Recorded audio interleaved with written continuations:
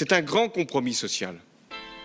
Sans doute le plus grand qu'il ait été proposé depuis des décennies à notre pays. En France, on a une spécificité, c'est les entreprises qui payent la politique familiale. Mais pourquoi? Et c'est vrai qu'on peut se poser la question, elle est légitime. Pourquoi ce seraient les entreprises qui paieraient la politique familiale? Donc pour être très concret, la décision que le gouvernement proposera au Parlement sera la suivante. Exonérer de la totalité des cotisations patronales familiales La fin des cotisations familiales. Ça représente 30 milliards d'euros.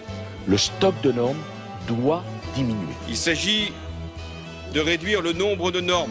Il faut qu'il y ait harmonisation économique et harmonisation fiscale. Et c'est le sens du pacte de responsabilité dont je parlais. Harmoniser les règles fiscales entre la France et l'Allemagne. Nous devons faire des économies pour éviter le drame que représente un pays trop endetté. Entre 2015 et 2017, nous devons dégager au moins 50 milliards. Toutes les dépenses, toutes les politiques, toutes les structures seront concernées.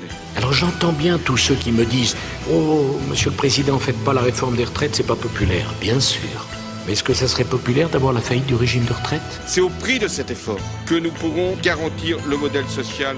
Le duel au second tour de la présidentielle se confirme semaine après semaine. Eh bien le changement, c'est maintenant. Il ne s'agit pas de changer de chemin. Il s'agit d'aller plus vite, d'aller plus loin, d'accélérer, d'approfondir.